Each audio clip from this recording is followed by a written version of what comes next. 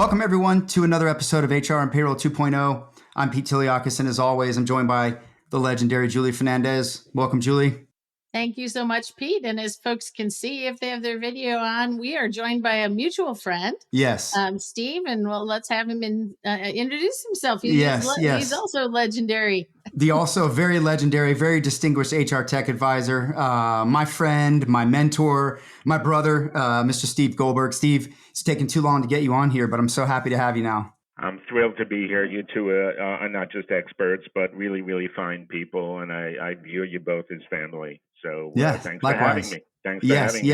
Do you want me to get into my intro? Because that could take 3 hours. What do you want me to do? Well, we always start with a question, and the question we ask every guest is, how did you get into HR, and why on earth have you stayed? And I know some of your legendary background, but I'm dying for you to share it. I'm told that if we cued music right now, we would be hearing something like, I'm a wanderer. Yeah. Yes.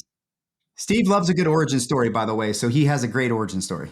Here it comes. Yeah, I wouldn't totally characterize it as wandering, but when you hear some of the key elements, you'll go, "What the heck?" But so let me just get into it.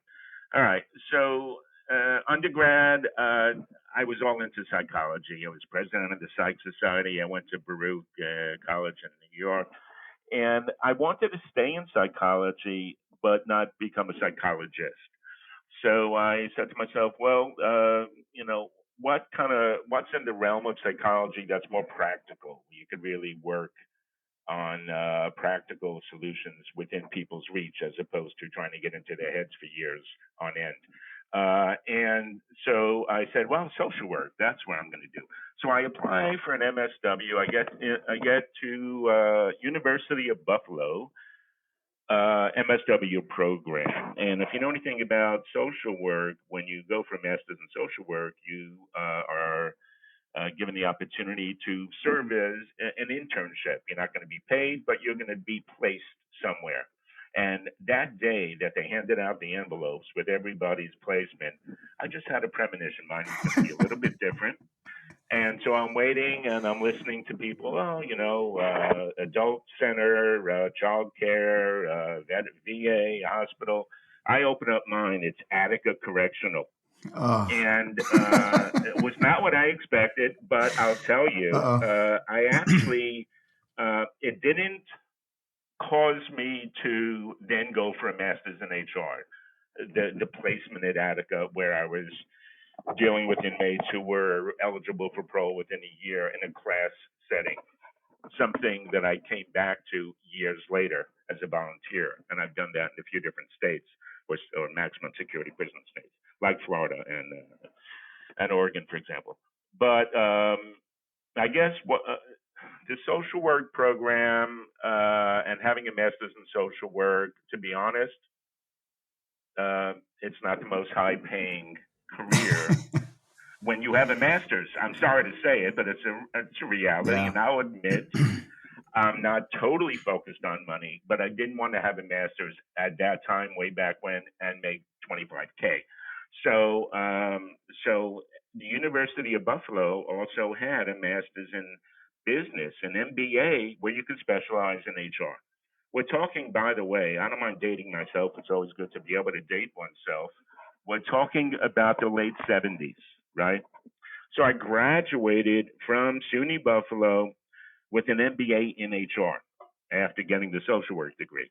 And I come out, and there was a company called ComShare in New York City, and ComShare happened to be the only purveyor of a time-sharing based HR solution at the time. It was I was never considered myself, even to this day, highly technical or having programming skills, but they had a fourth generation language called Quester, and you can create from scratch workflows and a system of record for HR and all that stuff. So so that's what I got into, HR systems right out of grad school via ComShare. I was at ComShare 3 years. My client was Gulf and Weston at the time, one of the Fortune 50, and even had a hand, and I did post on this some time back. It's one of my most visited LinkedIn posts. I talked about the call I got from Gulf and Weston at 11 o'clock one night because the chairman, Charlie Bludorn, had died. And why did they call me? Because my first application was succession planning for executives. Oh my! And the chairman had died. So here I am, like The 27 ultimate years test. old, and they're asking me who are the logical successors to the chairman of this Fortune 50 company. And my little tool that I built, my little application, identified 3 people. One of them was Martin Davis, and he became chairman of Gulf and Weston. Kind of an interesting story. And I recently heard Francis Ford Coppola talk about the making of The Godfather and the run-ins he had with Charlie Bludorn, and that kind of triggered the whole thing. All right, so a lot on that. So 3 years at ComChair, and then lo and behold, I get asked to come to a Wall Street firm, a brokerage house at the time called Kidder Peabody, and interview for the job at head of HR systems. I was still in my late 20s, and I reported to the head of HR, Ed Weinmeier. I wound up reporting to him again when he became head of HR at Salomon Brothers in the heyday of Salomon Brothers, when it was Goldman and Salomon controlling Wall Street. So all in all, I was head of HR systems, reporting to a head of HR at 4 different investment banks. And the 4th one was Swiss Bank Corporation right before they merged with UBS. And my family and I was an expat. My family and I lived in Zurich for almost 4 years. So I didn't answer the question why I got into HR. I'm not sure that answers the question how I got into HR. What's that? I love how you got into HR. Why do you stay? What's kept you here? Why do I stay? Because this is cliche, but I just think life in general, which includes business, of course, is all about people and shepherding and leveraging and maximizing what they do well, their energy level, their commitment level. Most things that are accomplished, that are significant in business or outside of business, involve people. And so there's no other profession that I can say that about. Yeah. Bravo to that. I learned that in the military, and that's carried with me forever. So appreciate that. What a story. I'm still back thinking of Steve as the rebound guy, because HR is basically the rebound to social work. Yeah. Recovery. Yeah. I have, by the way, one other thing. The gentleman who's now deceased, Ed Weinmeier, I reported to him at both Kidder Peabody and at Salomon Brothers. So and this was just a total blessing. It was not by design, but it was serendipity at its best. Ed's philosophy was, Steve, before we invest a penny in HR systems, he wanted me to immerse myself in every HR process operationally. Yeah. And it started, Pete. I say this, Pete, because you're, a world-class payroll expert, and it started in payroll. So here I was, a payroll manager for a brokerage house. I knew nothing about payroll. And that's complex comp and pay right there. Seriously. Well, I have not managed it firsthand, but from my experience, comp and pay on Wall Street is very complicated. So kudos to that. Trial by fire. You got deferred comp and all, and you got the bonus process and all that stuff. Anyway, Steve, so how important do you think that's been to your foundation of your career? Because I've said this before. I think HR CHROs should have to spend some time in payroll. I think everyone in HR should spend some time in payroll. They'd be very surprised at what they would learn and how proficient at the business and understanding of their own processes they would be. So, just curious for you, like it's such a wonderful question, and I've kind of gone full circle in terms of writing about that. And I would say half of my vendor clients ask me to write answer the question in a blog or an article, why should CHROs focus on payroll and know more about payroll? So I really love the topic.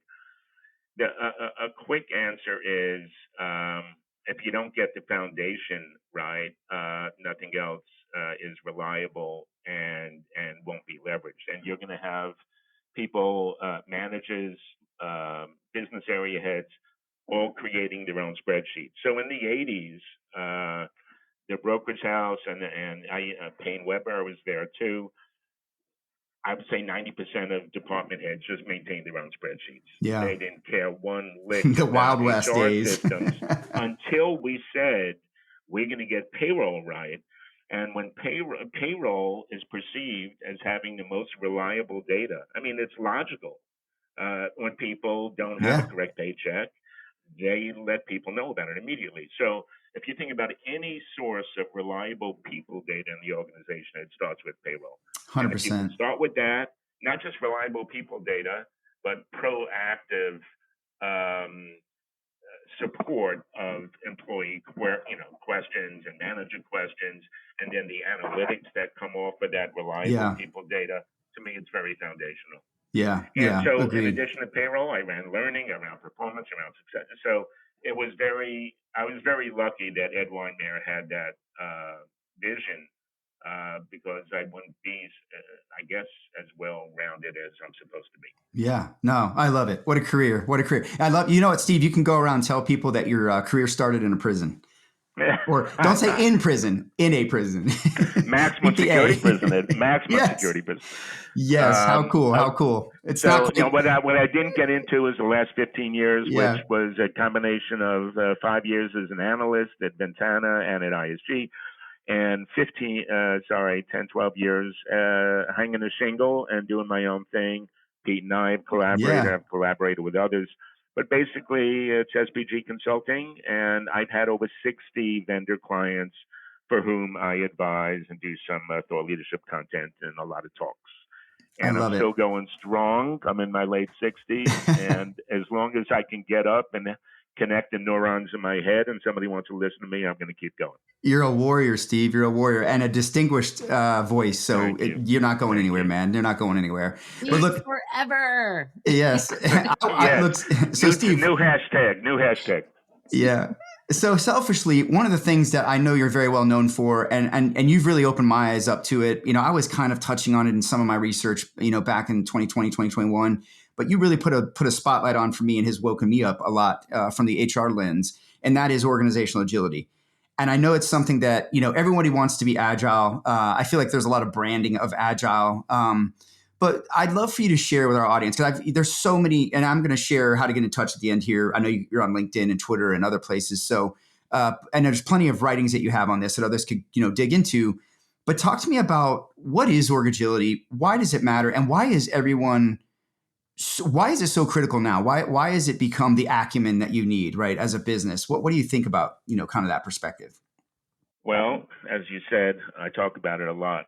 So Yes, you're very I passionate. could probably give a talk in my sleep. Yes, but nobody's asked me to do that yet. So org agility, you know, when one thing I left out, but I don't know why I left this out inadvertently. The biggest market-facing job, you know, all those corporate jobs, and then I transitioned to market-facing. What was my first market-facing job, where I gave talks to HR audiences? I was head of strategy at PeopleSoft. I don't know why I left that out. It was an accident. yes, So big I was a job. global spokesperson and you know, thought leader or whatever, and at PeopleSoft in the heyday of PeopleSoft, really $2 billion in revenue. And my boss, the GM, basically said to me, Steve, you got to be a thought leader. You got to be thinking and saying things that nobody else is thinking about. And so I spent a lot of time doing that. And one of my sleepless nights, I asked myself the question, what are 2 or 3 almost guaranteed ways that an organization can ascend the ranks within its industry vertical? And organizational agility came to me back then. And we're talking 20 years ago.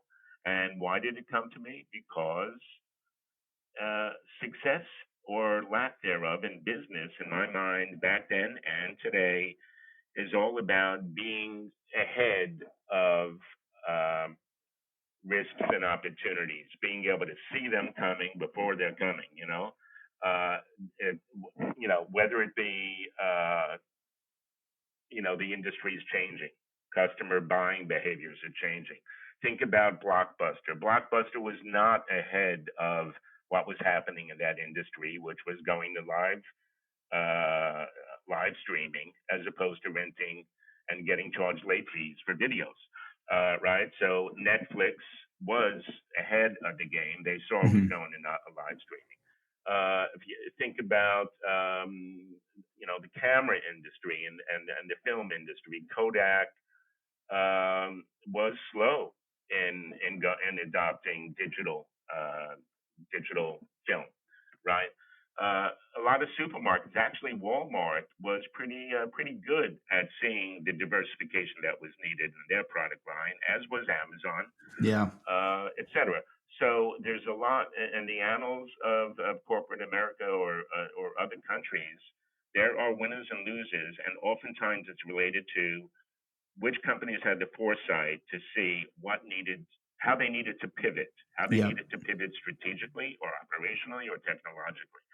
And so to me, that's what org agility is all about. Seeing seeing ahead of you where you need to pivot, how you need to pivot, choosing the best path, and executing well.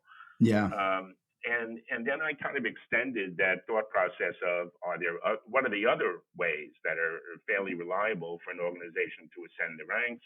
And then my other two were being an employer of choice, so you can attract and retain the best talent.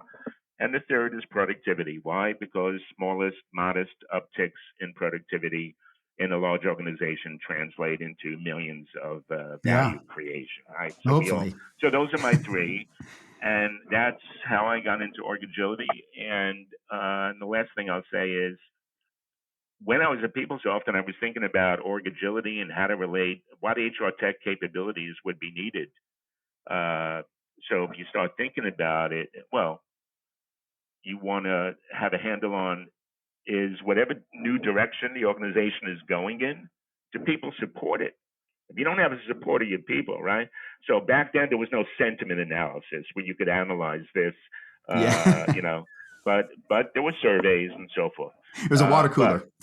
Exactly, water cooler talk. So, it's attitudes, support for the change or the change in direction. Of course, it's the right people with the right jobs and in the right jobs with the right skills, and what has to change. Who needs to be moved, upskilled, reskilled, et cetera. So that's all part of org agility. And I think today in my lifetime, is the most uncertain, unpredictable operating environment, internally and externally. Yeah. So it's more important than ever. No That's doubt. my org agility spiel in a nutshell. Yeah. No, you're right. I think there's, if you're not thinking, infinite, right? You're playing a fixed game. You're going to go out, you're going to fail, and agility's got to be part of that. But I think you touched on some of it, but how do you feel that or maybe, I don't know if responsibility is the word, but what is HR's role in helping the company be an agile organization, right? I mean, I know there's change, there's predictive stuff, but what else? Yeah, well, I'm going to seize on. And is it all their job, right? Is it all their job? Yeah. Is it all HR's job? No, it's not. Well, first of all, human capital management is not HR's job. Human capital management needs to be owned by the enterprise. HR is typically only 1% of the organization. So every employee, every manager, every business area head has to own human capital management, which I define as managing people for competitive advantage. Yeah. Now, you mentioned the word change. To me, that's the focal point in terms of HR's role in the context of elevating organizational agility. Why? Because change management and org agility are the two sides of the same coin, right? And more specifically, change management, the front end of change management, which is readiness for change. I don't see any other functional business area in the organization that's more equipped to assess readiness for change, right, and to ensure readiness for change. But I'd say that's a step folks are skipping. Totally right.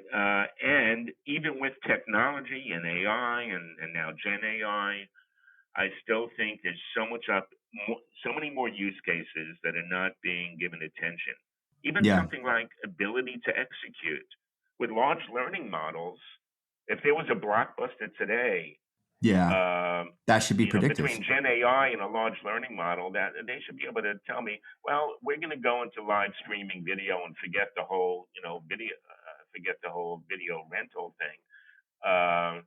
But what's the ability to execute that change when you have 5,000 stores, retail stores, and everybody's trained in a different context? So Yeah. Yeah. ability to execute, super important. And I think would be a game changer if one of the vendors can come up with that.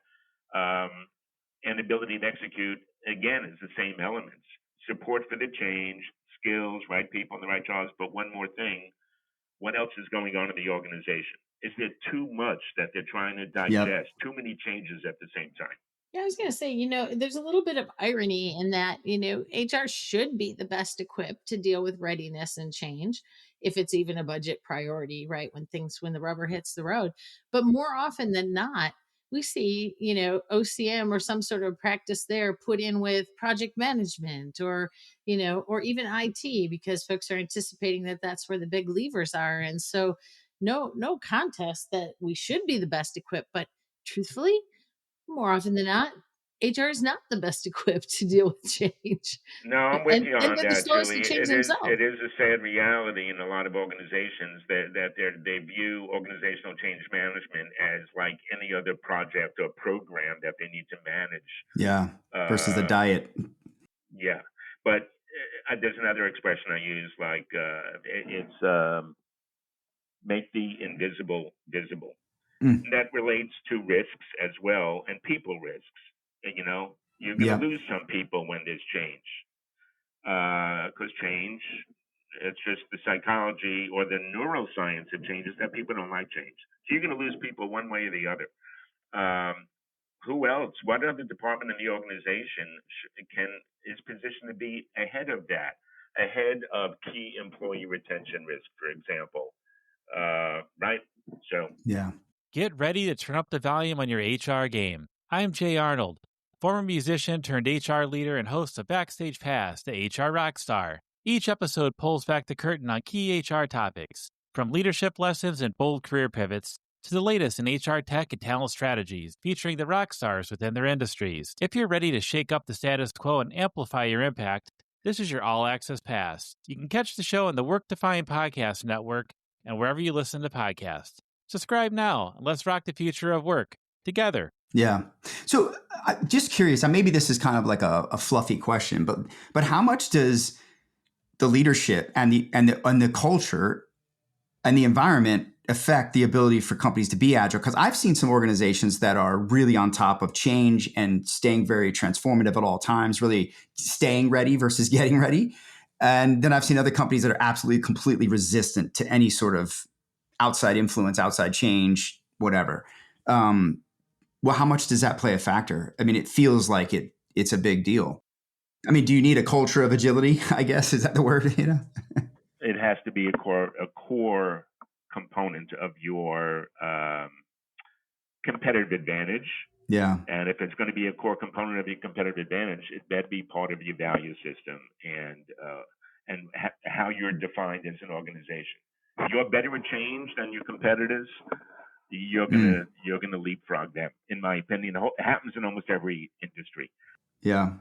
But as far as leadership and their role in it, obviously their level of transparency, if they're perceived as not trying to snow anybody, if they're just telling it like it is, we're going through a change, it's not Yep. going to be so easy, and there's going to be some jobs that may become less important. On the other side, there'll be jobs that are becoming more important. But for the less Yeah. important ones, if you're a star performer, it's our duty to find a place for you Yeah. that's going to keep you motivated and you can continue to grow your career. Yeah. That sort There's of got to be a what's in it dialogue for them. coming, Yeah. what's in it for them, exactly. Yeah. That dialogue coming from leaders is critical as opposed to minimizing how people react to change. Yeah. Yeah. Julie, you see anybody investing like investing in agility? I guess. I mean, obviously in systems, right? Transformation, that's an agile investment, but like, is there such a thing as an agility investment right now? I kind of agree and liken a lot of where I've seen success to what Steve was saying about it being in your DNA, right? Yeah. and Culture. and Yeah. whether it's just originally that was associated with systems. It first became popular as a way of developing systems, right? But the way to develop the systems, agile, was specifically fit for purpose for small, nimble organizations. And you port that to a big, process heavy, Yeah. project heavy organization. And there's an immediate like conflict there that is Yeah, potentially not resolvable. And I think that that's a happens no great matter point. just with agility in general, right? If it's not in your DNA, then it might not be the right thing for you. Like think about how you achieve readiness and how you get to preparedness But do you have a without choice? trying to, Do you have with a choice other now? methods Do that you have a fit you. choice to not be agile though No, now? I No, don't I don't think know that so. you do. I don't think so. And one of the reasons why is what you alluded to, the T word, the transformation word, Yeah. right? So most studies show that roughly 2/3 of all organizations at any point in time are going through some sort of transformation, right? Yeah. And that can include HR or business, broader business or Yeah. digital. And here's the thing, the other stats that most of the big research firms are reporting on is the degree to which many of them underperform or fail as an initiative, as a strategic initiative. Many or most are underperforming or failing, and so there has to be a better way. Yeah. And I'm trying to kind of highlight some of them in this talk. Yeah, I Yeah. really I really think you're right. There is no choice. But you don't have to be an early adopter or a fast mover if Yeah. that's not part of your DNA, right? Yeah. It might justifiably be, yeah, we expect this is coming, but we're not going to be the first to move out of blockbuster video rentals or Yeah. whatever. Like we want to walk the tightrope between those things and also let our employees and our leaders see, like get time to get focused in on the fact that this is probably the way things are gonna roll out, Yeah. I think companies have to move about as fast as their industry does, right? I mean, and some are going to be slower than others because they have the time.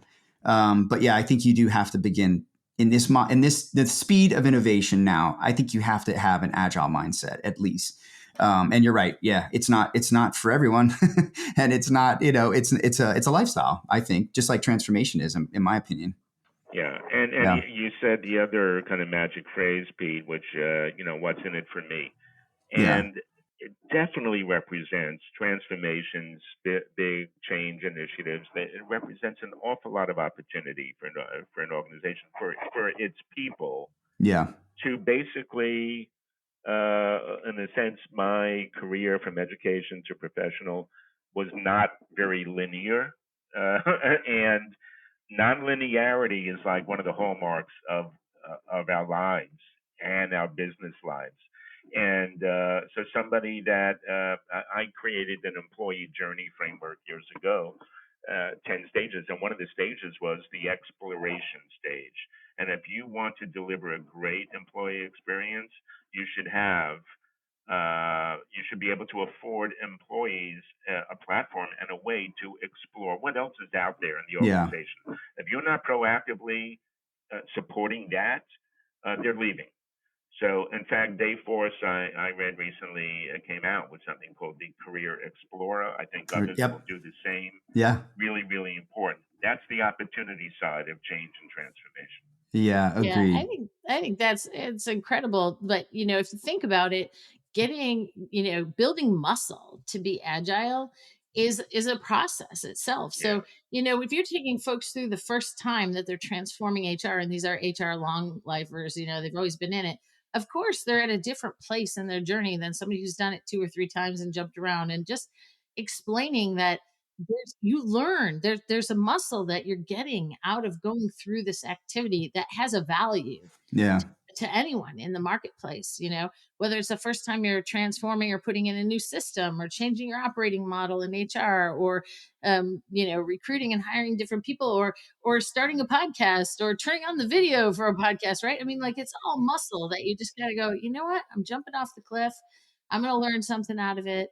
This Yeah. I love that kind of metaphor, Julie. Thank you for that. I want to segue slightly to like what's hot in HR tech and what does it relate to org agility, or how does it relate to org agility? Uh, so if we think about talent intelligence or skill science, wow, that has really ascended in terms of it's a business imperative to have Yeah. capabilities like, if you could do this job, then you could probably do this job. Why? Because it's skills adjacencies and equivalencies, right? We still need to evolve in the area of skill science. We need to be able to say, well, we're going to put you in an adjacent job. It's not exactly the same, and it's going to take you 2 weeks to get up to speed. So ramp up time is a good use case. But a lot of these use cases that we haven't heard about before, we're going to hear about and see more. Yeah. Yeah. Even something, I'll just give you one more that's like one of my favorites. And if there's a vendor out there that's listening to this that can support this, please let me know, because I'm happy to showcase it. Yeah. And Yeah. here it is. You have a staffing gap or a skills gap. You essentially have 5 ways to address it. Here's the 5 ways. There we Hire go. a regular employee, Yeah. get a contractor, train the incumbent, move somebody, internal transfer, or outsource. You have Yeah. 5 ways to address a skill or staffing gap. And I believe Gen AI and large learning models in different operating contexts eventually should be able to support that, because I don't know any organization that says, well, we looked at all 5 and we Yeah. know here's the reason why we're going in this direction. They don't Right. know. Yeah. Not so, They yeah. typically Yeah. say we're outsourcing because we're going to save money, and they don't look at anything else, right? Yeah. So, but Steve, I don't, no doubt AI, data, all of that's going to make us more agile. But do you think there's a point where technology can be a bit too, you're over relying on it, right? I think there still has to be that emotional intelligence, gut instinct that a CEO and a C-suite has to make decisions from. But do you think there's an over reliance danger in all this? Could we get lazy? I'm not the first one to use the phrase, there's no magic bullets. Yeah. Clearly, Yeah. when you deal with the complexity and making the invisible visible, how many things are invisible, even support for the change. You conduct a survey, you can't rely on people telling you the truth about how they feel about the change. So in terms of retention risk, in terms of, do people want to be in the jobs they're in? Do they want to go for 3 months of training to be in the new job? Can you rely on technology for that? No. Technology plays a part, but so do people managers. And people Yeah. managers are, in my opinion, line managers, people managers. They are really the hub of human capital management. Yeah. Because you have a good relationship with the person you report to, they're going to have a pretty good finger on the pulse of where you're at. And, Yeah. They're very much HR facilitating a lot of the engagement in HR related tasks, I guess you could say. Steve, Yeah. I wanted to back up for just a second. You were talking about talent intelligence and, and the skills science and how that's evolved. And, like we've heard about that for a while. And usually what happens is the vendors lead that, right? People are developing things that are being used. And then it's like, wow, a lot of people have this, or there are opportunities to actually use this. But I would say, I suspect that actual adoption and use by market broadly is still very, very low. And I'd be very curious to hear your thoughts about it. There's these things are out. We feel like, oh, missing the ball. It's been out there forever. But in fact, it's still early on in its adoption phase. Would you agree with that? Or do you have any kind of gut I feel do for agree with it, and I'll add some color to it. And it's this, right? I mean, if you think about a skills ontology, right? What skills relate to what skills relate to what jobs, or what skills are related to other skills? I think that's almost that's like one step above a headcount report. That's inventorying what skills, what are the 5 skills you need for this job. That's not magic. Yeah. So yes, I think adoption occurs at that level, but not at the level of, we're changing business plans and priorities. What skills are going to become more important or less important? We're not there yet. Yeah. Yeah. But I think the technology is out there to get us there quickly. But right now, adoption is like in the inventorying stage of what skills do we have and what jobs do they relate to? Right. Yeah. No, there is. It all is very young, right? And but so much more data and information at our fingertips. But so, Steve, I always ask this, and anytime we go through some of these sort of learning sessions, as I like to call it, how do you measure this? How do you know if you're agile? Like, how do you know if you're doing it right? Is it you're dodging bullets and pivoting at the right time? Is it, what is it? How do you benchmark yourself on something like this? It's funny you should ask, because I'm working with a vendor in India, and I don't want to preempt. They're not in the U.S. market yet. They will be next year. But one of the tools that they're going to use is more a conceptual and a thought leadership tool, just to bring attention to what you're talking about. They call it the outcomation index. It's a mouthful, but it's basically looking at strategic outcomes and how do you measure progress toward achieving them. And when they engaged me earlier this year, I pointed out that they didn't have org agility in there, so now they do. Yeah. And so they, it's actually called Zing HR is the name of the company, and so there are clearly efforts underway there and elsewhere to figure out what are the incremental markers and KPIs. But I guess it starts with, do we know where the gaps are? We're moving from here to here. What are the new gaps in people, in skills, in attitude? We only have 60% support for the change. That's a gap too. Yeah. So to me, that's like level one, is identifying the gaps. Level two is understanding, what foot goes in front of the other foot, and what are the steps to what's the blueprint. Yeah. If you have a blueprint, I'd say that's a big step. Yeah. If you have the blueprint for these are the changes we have to make, in terms of how we deploy people, even where we have to be ahead of the market from a compensation. This is Julie's backyard. Yes. But yes. where do we want to pay above market? Because those jobs and those skills are more important based on the new operating context. Those Right. are all markers that you can measure, that you've achieved Yes. them. Yeah. Yeah. I love it. Julie, you were going to say something? Well, my mind is usually going when I'm listening to somebody brilliant talk about their, things they know a lot about. And I love outcomations. I think it's a wonderful smudged together word.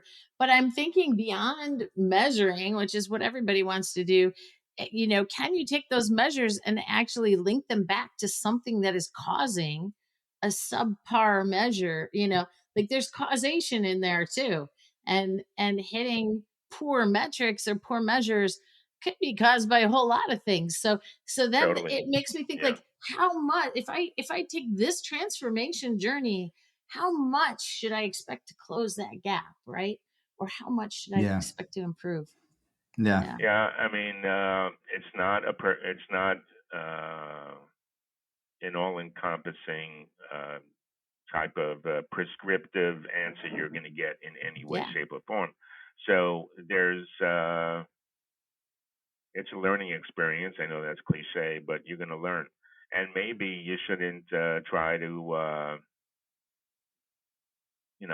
swallow the whale, and you should start with smaller fish.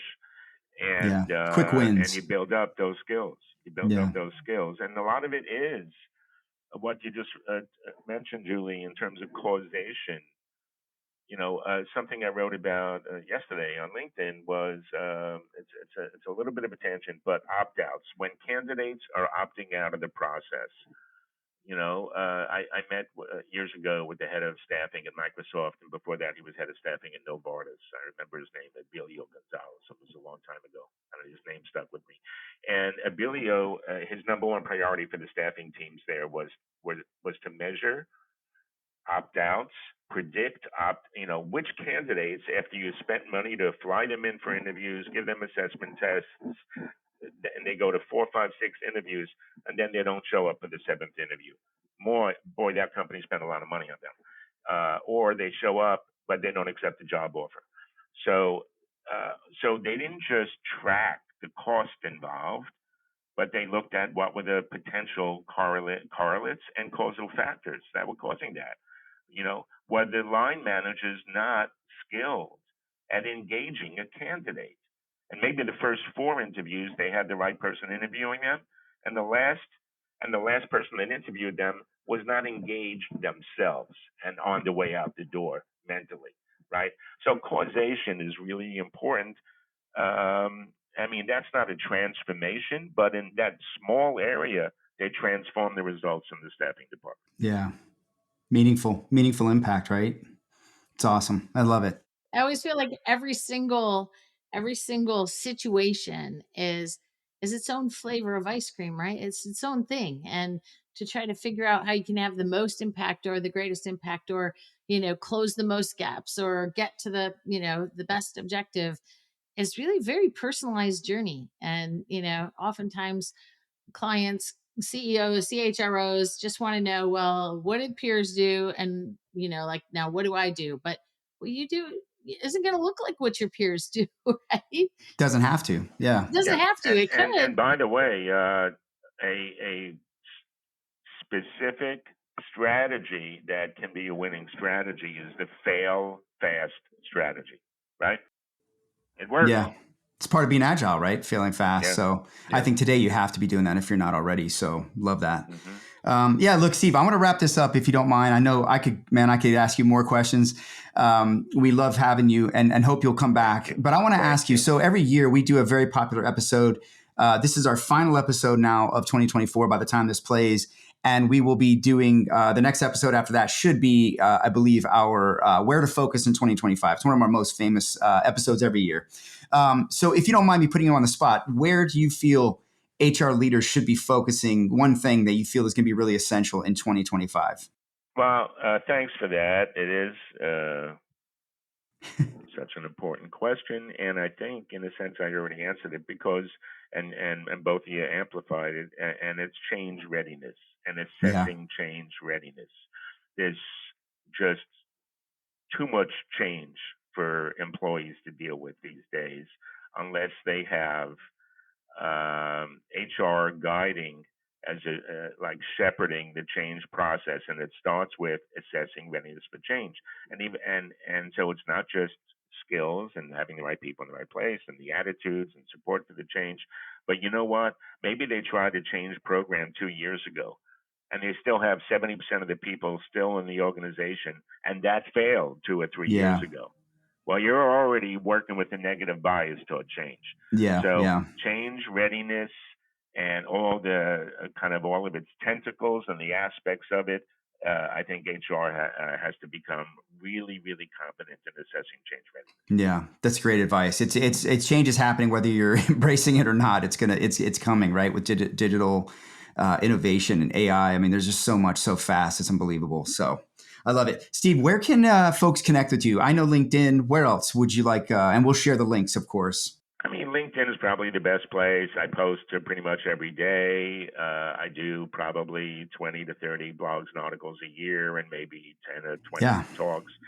And this sounds a little immodest, but just Google search Steve Goldberg, HR Tech. You'll find some stuff. And if you don't find I've told people I'm going to complain to Google about it. So look, I've said the same thing to folks. Julie and Pete, I love you guys. Thanks a lot for having me. I appreciate it. Yes, absolutely. We'll make sure we share the links. Julie, anything to close out 2024? It's the end. Oh no, listen, I mean, like, what an amazing year. There's so much going on. And I just think that we're ending 2024 on a universally positive and optimistic note across the country and the globe. People know that change is coming, as opposed to years ago when it was thrust upon everyone and it was in a very fearful way. And so I feel like there's a better chance than ever to see people embrace the idea of things are going to change, maybe a lot, right? And that's okay. You got to break it before you can put it back together again sometimes. And absolutely. And I would just add to that, it's a great answer, but I would add to it, it makes people, professionals, technical people, any class of worker, more marketable when they can demonstrate that they've been successful in a change situation.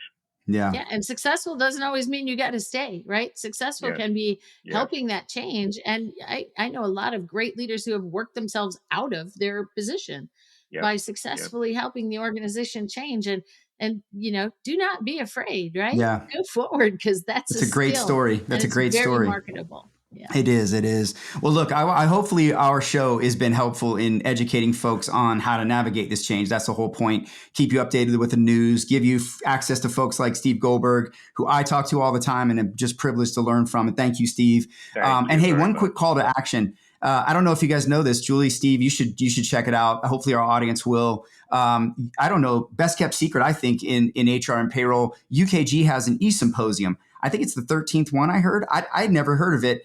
I'm excited to be attending. It's on the 15th of January. I'll share a link here. You'll see me do some posts on it. But check that out. They're talking compliance in that. They're going to be doing some leadership development in there. They're going to show you some new innovations. I'd check it out if you have some time. And best of all, 14 recertification credits that you can use towards most all of the major outlets. So your SHRMs, your HRCI, and so on. So yeah, come check it out. Kudos check it out. to my friends at UKG. Yeah, yes. cool Shout out to Team guys. UKG. All right, Steve, Happy New Year and Merry Christmas. And Julie, you the same. And folks, everybody out there, we will talk to you so very, much. very One soon. of my New Year's resolutions is to learn how to use this headset. Oh, you're great, man. You're doing great. I love it. Thanks, All guys. right. Take care, everyone. Bye.